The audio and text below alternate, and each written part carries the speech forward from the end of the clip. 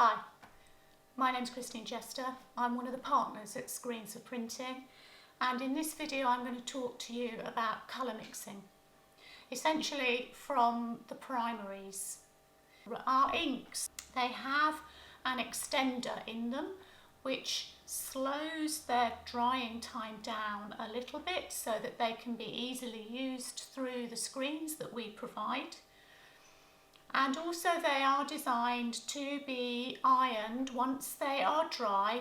If you iron them, then that will help to fix them and to slightly soften the hand.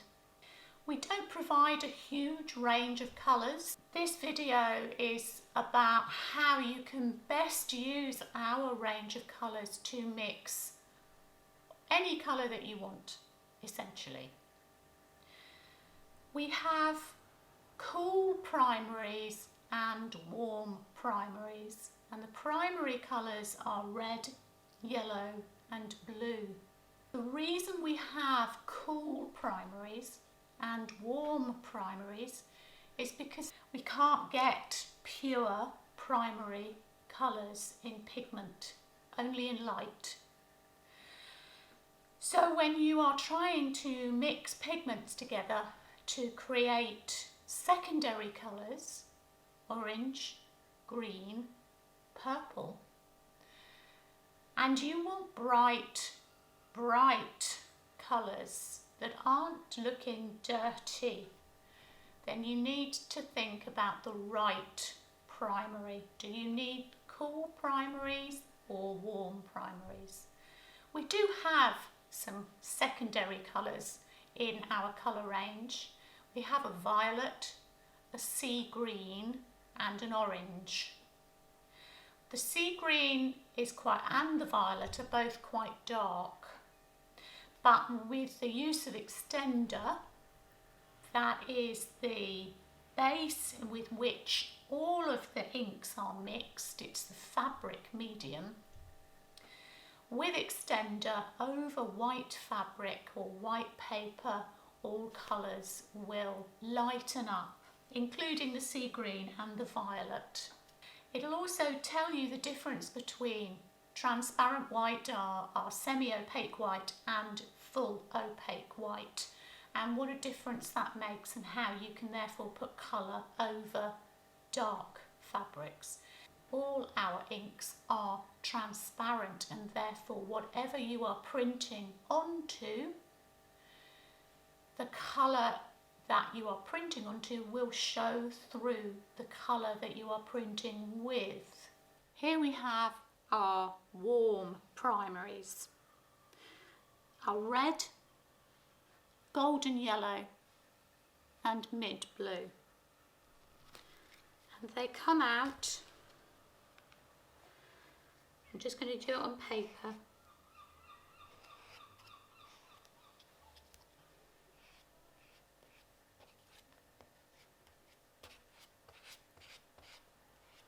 That's the red.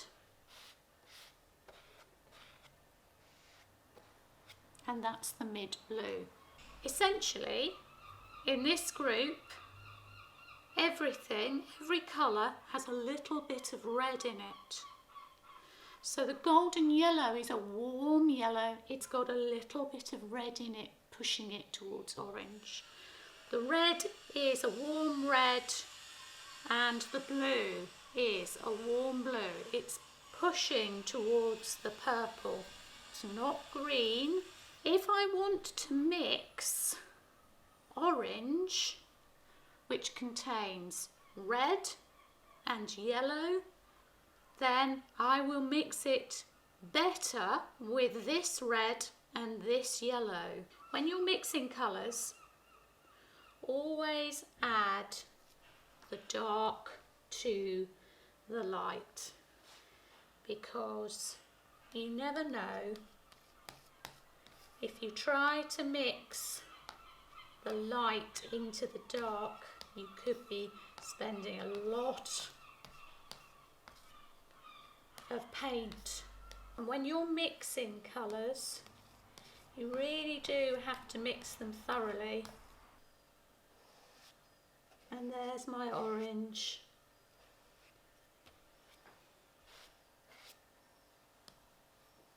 nice bright orange. So the warm primaries will give you a nice orange. What they will not give you is a nice purple. If I take a little bit of the red and a little bit of the blue and I mix them together,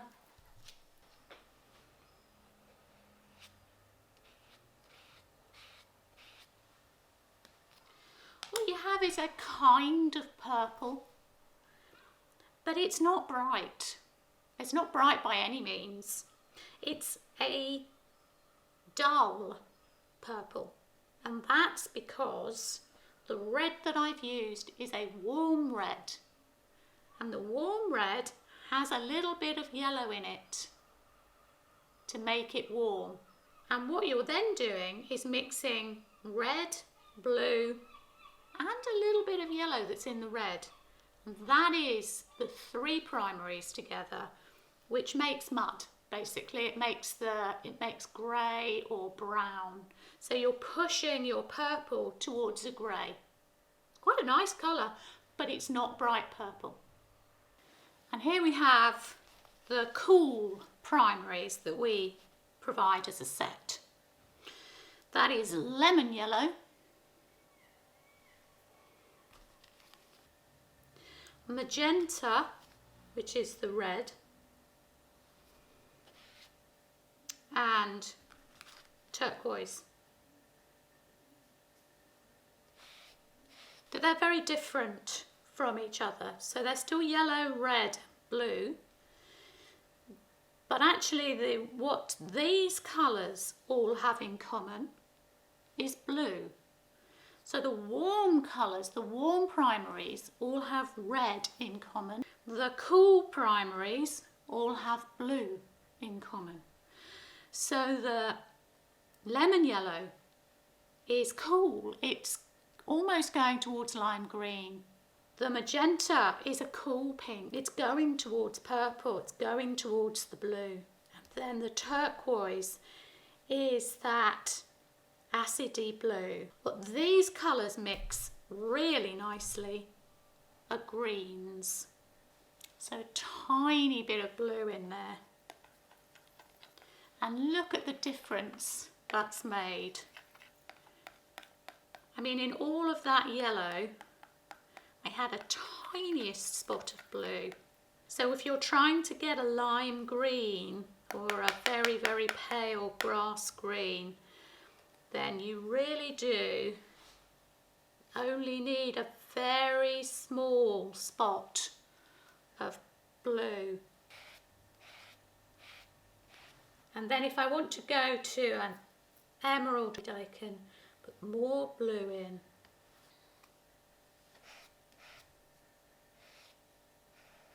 So the cool primaries do greens really nicely. If you want to dirty up a colour, if you don't want it bright, these are bright greens.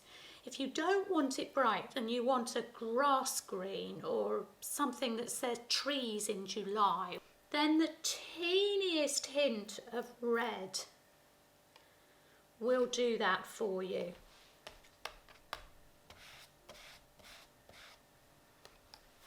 It's a little bit deep, it's a little bit warmer. If I add a little bit more red, the third primary, so it's going to try to push that green towards brown. And you can see how much dirtier that green is.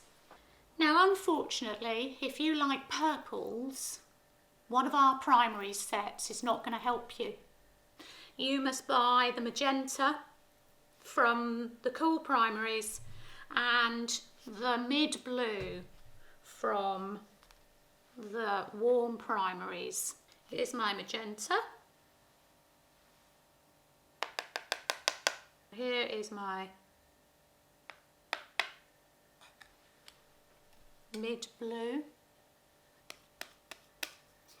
And if I put it down beside the other purple, you can see immediately how much more purple that is That's a much brighter purple than that one. So if you like purples, violets, lavenders, you need to have the mid blue and the magenta. That's the primaries with the secondaries. Oranges, red and yellow from the warm primaries, and if you want to dull that down, then you take a little bit of the blue, rather a nice brown there. So that is the orange that I made from the yellow and the red with a little bit of the mid blue in there to dirty it up a bit. And the greens I've already shown you.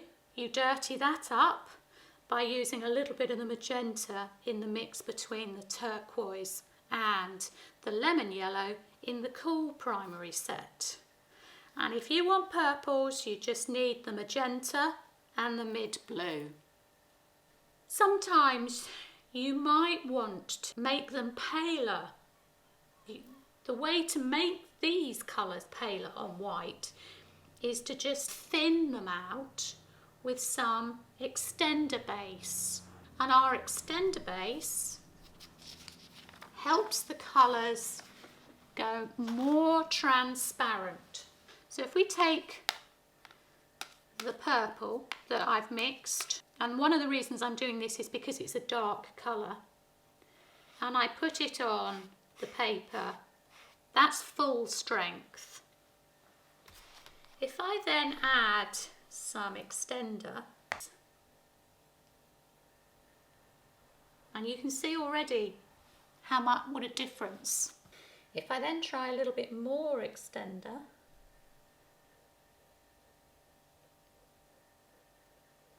finally all of that spoonful of extender,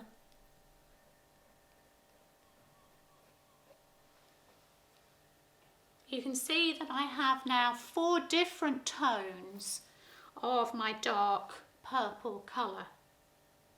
But if you don't have white underneath, that's not going to work. It's not going to be very helpful. And then you have to remember that these inks are transparent. So whatever colour you put underneath these inks will affect the colour that they are. And we'll see what happens with a black piece of paper. So our pure purple on black is, you can barely see it on the film. And here is the palest one. So I'm putting it opposite the one that I did on the white. And again, you can barely see it. If I try and add some white to this now, let's see what happens.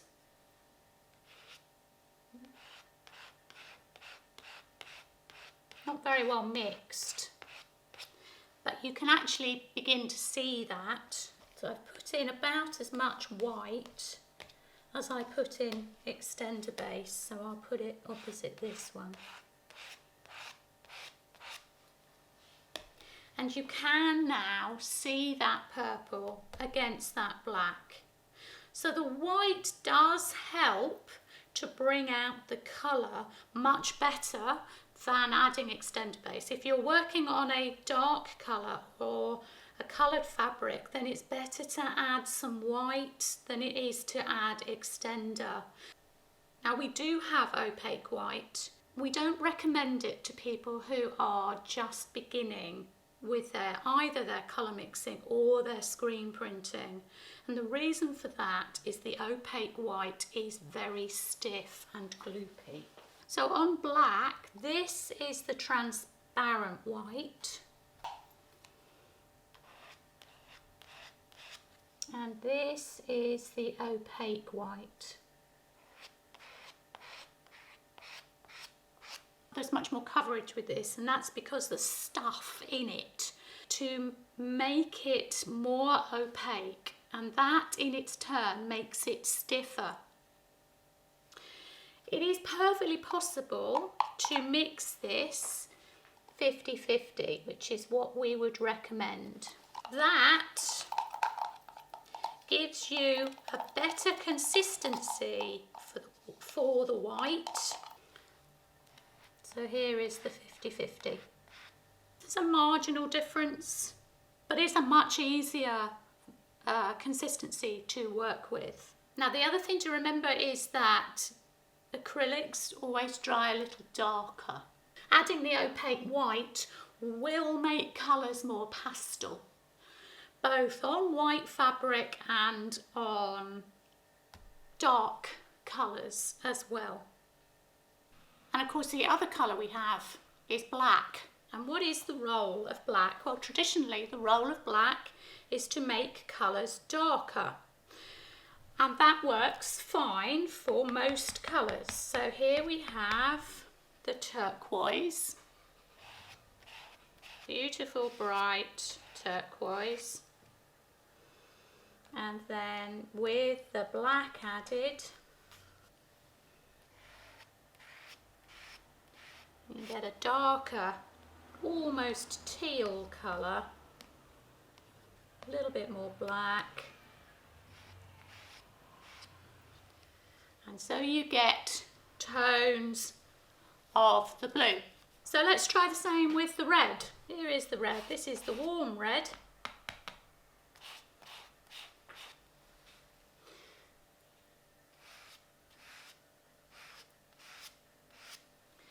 And what the black is doing is pushing that really towards a brown. And there's a darker brown. And that's okay, because actually dark red, we can't really get to maroon by adding black. You probably only would ever get to a brown with the warm red. So that's what adding black does, but you can still see there's some red in there. Now the problem comes with the yellow. If we do the yellow, and this time I'm using the lemon yellow. And remembering what I said about yellow being very, very weak, I have added a teeny spot. Now with the blue, when I added the black, I added quite a lot of black, and I ended up with this one being about 50-50. To a spoonful of yellow, I've added literally a spot of black.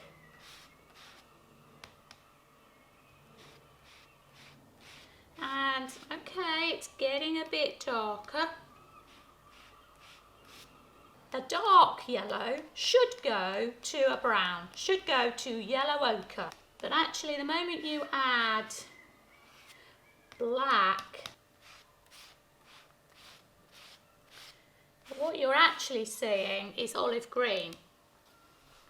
And that is what black will always do to yellow. It doesn't matter whether it's golden yellow or lemon yellow, it will send the yellow to green. So for darkening your yellow, if I add a teeny bit of red, that makes an orange. Okay, so there's my orange. And now if I add a little bit of blue, it's just a spot at the moment because I don't know how. I add a little bit of dark as I go, and then if I need to, I'll add some more. Yep, definitely overbalanced it with the blue. So I need to put more red in there. Yep, there we go. So maybe not yellow ochre. Oops, bit of yellow, bit of blue caught in there. Maybe not yellow ochre, but it still is a brown. So I've got a brown from a yellow. I've darkened my yellow down by adding red and a little bit of blue. As it was, that little bit of blue was still a little bit too much, so I had to adjust it with more red. But that gave me the brown. So that's how you darken things down, and that's how you can use black, but perhaps not with yellow to darken it down unless you specifically want murky green. And it is actually very nice to mix black into yellow to create murky greens. You'll get a khaki with a golden yellow and more of an olive with the lemon yellow. So, you know, play around with the yellows and the blacks, but do be aware that you won't go from yellow to brown using black. So to recap, your orange comes from the warm primary set, the red and the golden yellow.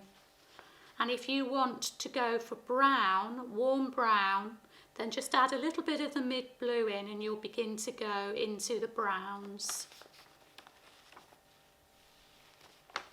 You can get a cool brown if we take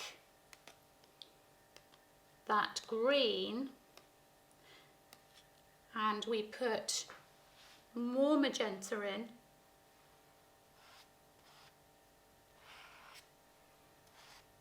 It's a kind of a purpley brown. I put a little bit more yellow in it. We've got pretty much an umber there. I just needed to put more yellow in. So you can get cool browns from the cool primaries, warm browns from the warm primaries. You can get beautiful greens from the cool primary set, lovely oranges from the warm primary set, but if you want purple, you've got to go for the mid blue and the cool red, the magenta, because these two have no yellow in them at all. Greys are always much harder. It's probably easier to mix the black and the white together to get a grey, but I've got nearly a grey here, which was the red and the blue, more blue than red. The same thing would apply if I mixed these two. So you're looking for the darker colours. You could put a little bit of magenta in with the dark green, and you'd go towards the grey before you went towards the brown. So that's how to mix your colours and how to use our sets to help you